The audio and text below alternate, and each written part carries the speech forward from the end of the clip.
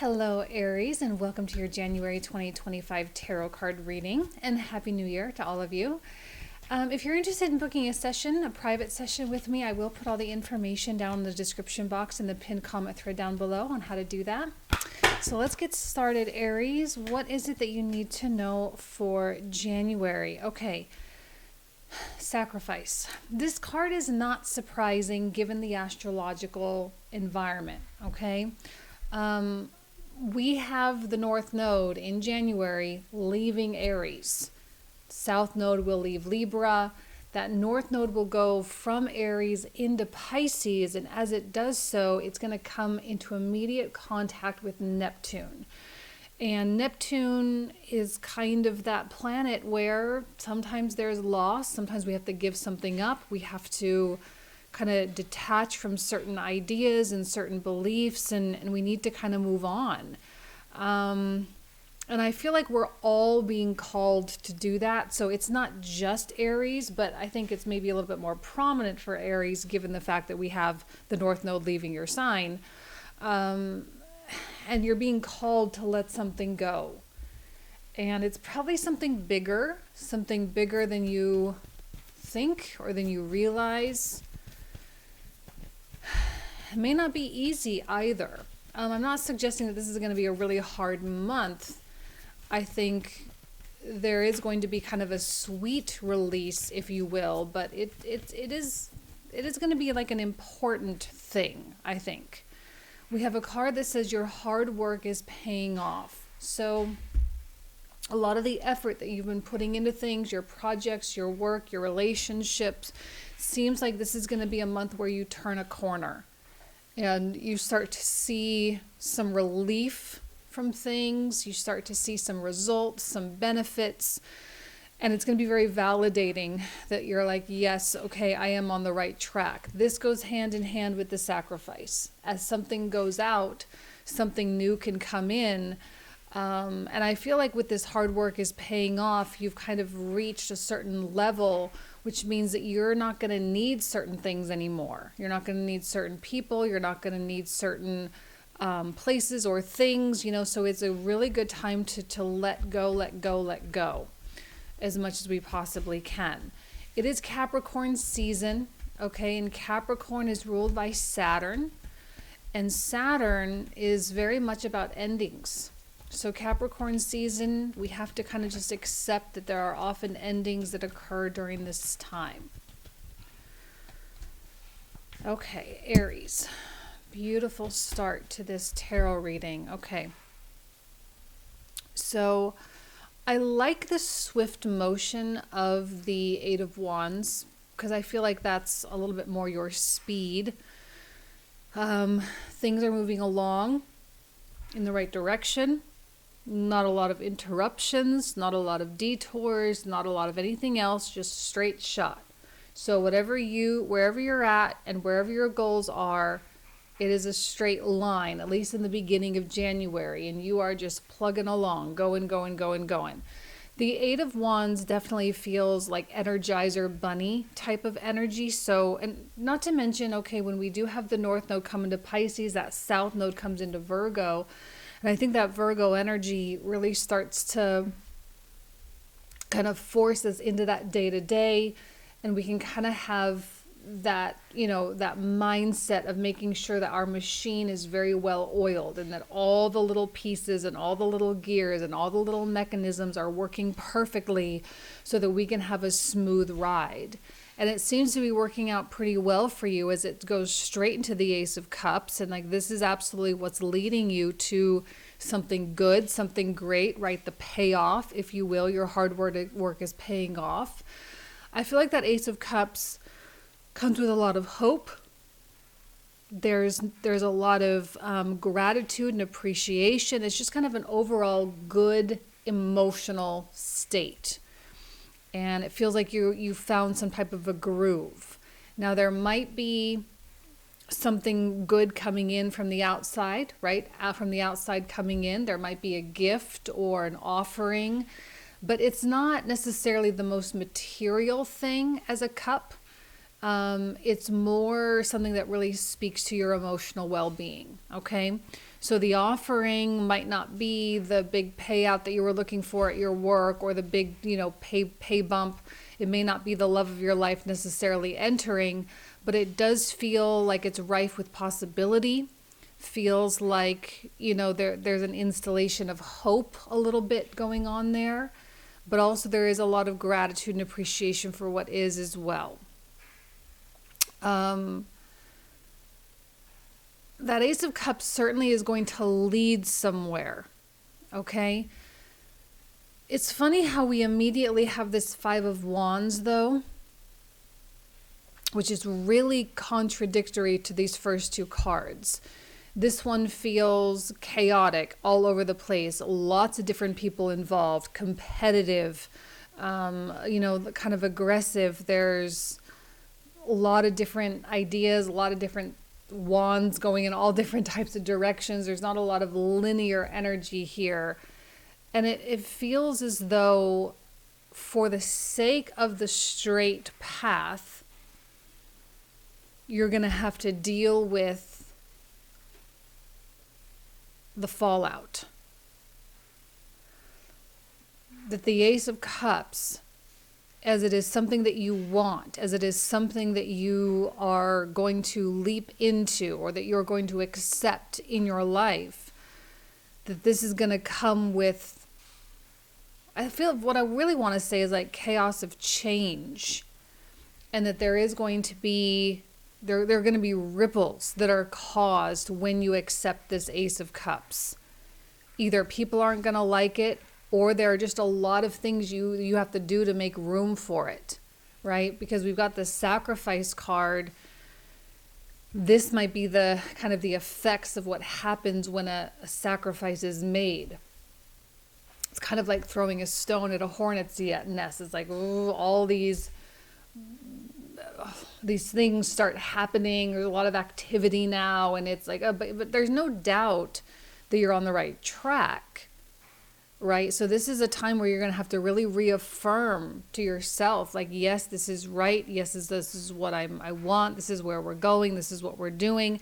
And in spite of the chaos that comes along with that, I'm going to have to keep going. Okay? So there are going to be people that don't like it. There are going to be, the circumstances that kind of fall apart. There are going to be offers that fall off the table, but that's okay, because the Ace of Cups is worth it. That's the thing with the sacrifice, right? You don't just give something up for the sake of nothing. There is some kind of a trade-off that's going on. You sacrifice something, and something immediately comes in to fill. Okay. So I like the Hermit because it is very calm. It's calm, cool, collected. So you're just kind of doing what you do. He's focused, he's analytical, he questions things, but not to the point where he, puts himself in analysis paralysis. He just wants to make wise decisions. And I think your stability is a big factor here. You seem to be doing something for the sake of greater stability, for the sake of greater emotional connection, for the sake of greater financial security. You seem to be doing things for the sake of a future. That's really what the Ace of Cups is about. It's about the future. That's why this Five of Wands, it seemed like, yes, it's going to be probably annoying, and yes, it's going to kind of be swarmy a little bit, but it's worth it. And I think that's why you're kind of in this hermit saying, okay, I'm just going to let this Five of Wands happen. I'm going to let the chaos happen. I'm going to let things fall apart. I'm going to let people have their reactions. I'm not going to get involved so much. I'm just going to make my moves and see where the cards fall. It's a wise thing. It's a wise approach on how to do this. And I think with the hermit, you have that wisdom kind of oozing out of you a little bit. Okay, so you're certainly living in the wisdom that you have acquired. This is all coming down to kind of following your heart. As Mars retrograde, your ruling planet, is retrograding back, he's going to pull back into Cancer again. Okay, so he's already been through Cancer in his pre-shadow phase. He's come into Leo. I'm so sorry for like my breathing and yawning, you guys. I'm not like actually yawning. I just have a little shortness of breath from some medication that I'm taking for my kidney stuff. So that's all it is. I'm so sorry if that's, you know, I'm not trying to get off the wrong impression. It's just I'm doing it all day long. So I'm so sorry about that. But as Mars moves back into Cancer, right, like he's already been through that pre-shadow phase, and he's already presented a lot of challenges really since like, you know, late October, November. And now he's kind of going back and resolving a lot of those challenges that arose a few months ago. But dipping back into Cancer, there's a lot of emotion, there's a lot of stuff that surfaces, there's a lot of past stuff that is that's kind of being illuminated, you know. It's not comfortable. I don't know that it's going to be comfortable for anyone. I think we're all being kind of pushed into that vulnerable, raw place. But again, with that Hermit card, it seems like you're handling it very well. Now the Tower, it's that inevitability. The inevitability that this shift is happening. This is what happens when you accept the Ace of Cups. You accept the possibility. You accept the hope.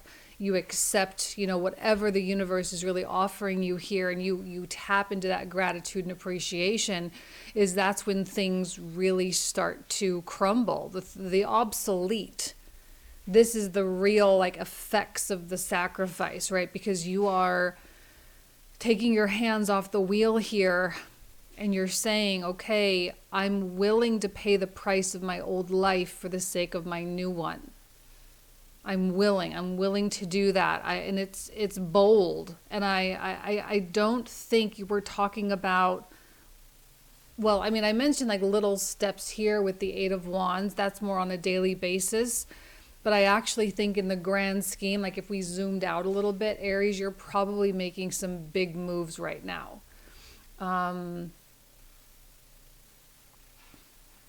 Like the sacrifice, the letting go, it's not insignificant. I'm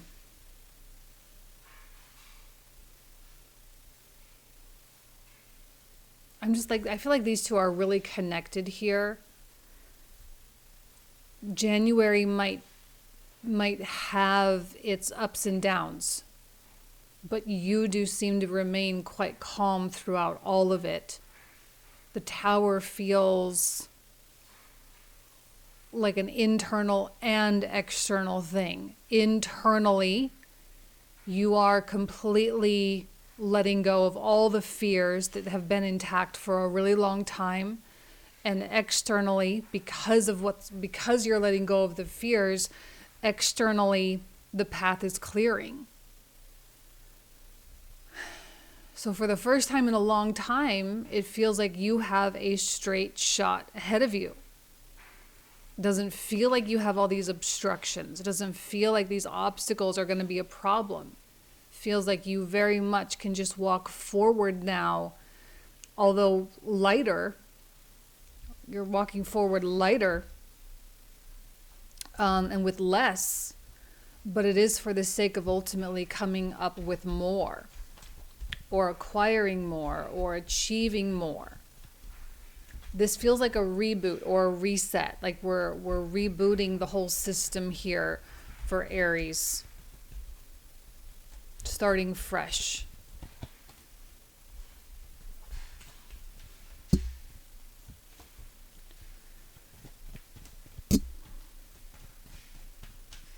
We have kind of a lot of major arcana, so it does seem like a significant month. The Sun really speaks to the ambitions of the soul. It speaks to that playfulness, that inner creativity, that desire to go and make beautiful things. It's a productive energy, that Sun card. You know, we're not trying to kind of slink through this or get away with anything. We're trying to be bold here, right? We're trying to live loudly. wise, with wisdom, yes, and being analytical and being smart and being intelligent, but like I feel like it's really time for Aries to do something big. And I look at this sun card and I say, okay, that's the time. This is probably going to be after we enter Aquarius season, once the sun comes into Aquarius. And we are on the precipice of that Uranus direct, which is happening really, it's on the 30th. So it's at the very end of the month. But it does feel like that Uranus energy is kind of kicking in here, and it's saying, okay, it's time for this change, and let's be big about it, as big as we possibly can, because the Tower is big. This may not be all that big because maybe nothing is actually happening, but there's clearly an energy or emotional or spiritual shift that's going on the moment where that Ace of Cups shows up. Like I say, it's more like hope or a sense of possibility, where perhaps maybe that wasn't there before. So when we start kicking into that hope that is fueled, hope that's fueling a lot of your faith, it's like, well, why not? Why can't I go for it? Why can't I? And that's what changes the whole landscape here. And so here's the Sun card, end of January, and you start kind of making some bigger plays. Now, the Hanged Man feels like you're still in the mysterious a little bit, and you don't quite, you can have a well-oiled machine and you can have everything kind of lined up and everything organized in a very specific way, and that's great. But I think when that Tower hits, the change will be so drastic that you're still like, I don't really know how this is going to go. I don't know if it's going to work. I could fail miserably. I could succeed fantastically, right? I really don't know. This could go any direction at all. And I'm just going to still do it anyway, and I'm just going to kind of see what happens. Like, my hands are tied at this point. There's really no point in worrying about it or overthinking about it. There's no point in really anything. Like, let's just do it first, and then we can kind of make judgments about it later. Now, I feel like you're making calculated moves, so it's not like you're being stupid about anything. It's just that, you still don't really know what the outcomes are going to be. And the only thing you can do now is try. That's it. That's all you can do. All you can do is just see if it's going to work. See if it's going to work out. See if that relationship will work. See if this new chapter can open. Let's just see. Let's try it. Let's give it a go. So you do. And do you get your answers in January? No, definitely not. I think you'll get your answers maybe February, maybe March. But this is a time where I think you have to really release. You have to let go, because the North Node coming in contact with Neptune nearly demands it. Now, you can still have a lot of ambition, because as Mars comes into Cancer, that's a highly ambitious Mars placement. It's got places to go, things it wants to build. But the pathway there, still very much unknown.